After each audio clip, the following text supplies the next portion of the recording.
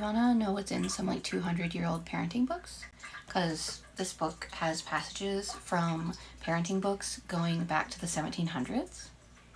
For the record, these are from a chapter called How Child Rearing Crushes Spontaneous Feelings, Glimpses of a Revered Tradition, and this is from For Your Own Good by Alice Miller.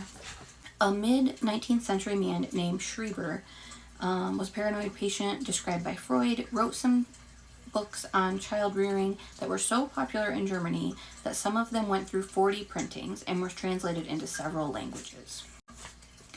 In these books, it was stressed again and again that children should start being trained as soon as possible, as early as the 5th month of life, if the soil is to be kept free of harmful weeds.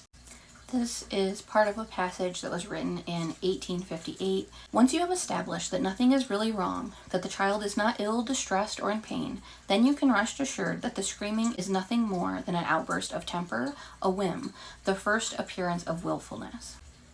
Now, you should no longer simply wait for it to pass.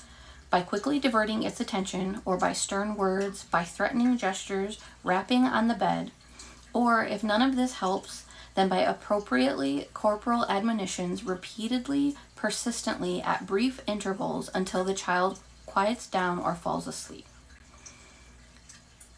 So to be clear, we're talking about when a baby cries, but you know that or you think you know, that they are not sick, distressed, or in pain, then that is a sign of willfulness. And you should smother that willfulness by using stern words, threatening gestures, hitting their bed, or using corporal punishment, persistently and at intervals until the child basically submits. This procedure will be necessary only once or at most twice, and then you will be the master of the child forever. From now on, a glance, a word, a single threatening gesture will be sufficient to control the child.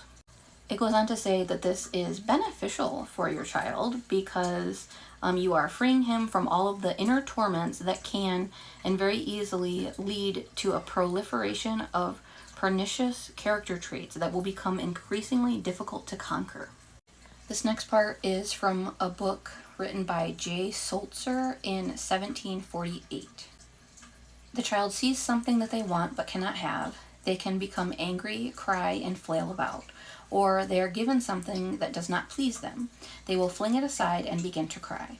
These are dangerous faults that hinder their entire education and encourage undesirable qualities in children. If willfulness and wickedness are not driven out, it is impossible to give a child a good education. The moment that these flaws begin to appear in a child, it is high time to resist this evil so that it does not become ingrained through habit and the children do not become thoroughly depraved. I advise that all make it their main occupation to drive out willfulness and wickedness and to persist until they have reached their goal. As I have remarked above, it is impossible to reason with young children. Thus, willfulness must be driven out in a methodical manner, and there is no other recourse for this purpose than to show children one is serious. If parents are fortunate enough to drive out willfulness from the very beginning by means of scolding and the rod, they will have obedient, docile, and good children whom they can later provide with a good education. If a good basis for education is to be established, then one must not cease toiling until they see that all willfulness is gone, for there is absolutely no place for it. Let no one make the mistake of thinking he will be able to obtain any good results before he has eliminated these two faults. These are the two most important matters one must attend to within the child's first year, before the baby turns 1. You have to break the rule.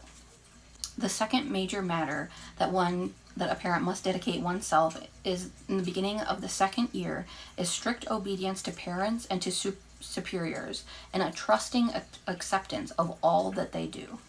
Again, it's really long, but it basically says this is necessary so that you will have a lawful child, because a child who obeys their parents will obey laws once they're an adult. But it also says that the reason that being lawful matters is because lawfulness is the first quality of rulers. It is not very easy to implant obedience in children. It is quite natural for the child's soul to want to have a will of its own, and things that are not done correctly in the first 2 years will be difficult to rectify thereafter. One of the advantages of these early years is that force and compulsion can be used. Over the years, children forget everything that happened to them in early childhood. If their wills can be broken during this time, they will never remember afterwards that they had a will, and for this very reason, the severity that is required will not have any serious consequences. This says it's from a different book, but it doesn't give the year, but the author of this is J.G. Kruger. It is my view that one should never strike children for offenses that they commit out of weakness. The only vice deserving of blows is obstinacy. It is therefore wrong to strike children at their lessons. It is wrong to strike them for falling down. It is wrong to strike them for wreaking harm unwittingly. It is wrong to strike them for crying. But it is right and proper to strike them for all of these transgressions, and even more trivial ones, if they had committed them out of wickedness. How do you fall out of wickedness? How do you cry out of wickedness?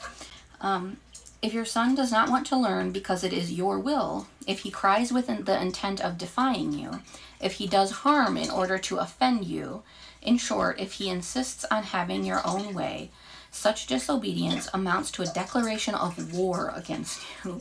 Your son is trying to usurp your authority, and you are justified in answering force with force in order to ensure his respect. Without such, you will be unable to train him. The blows you administer should not be playful ones, but should convince him that you are his master. Therefore, you must not desist until he does, and until he does what he previously refused out of wickedness to do. Skipping down a bit, but more parenting advice from the same book.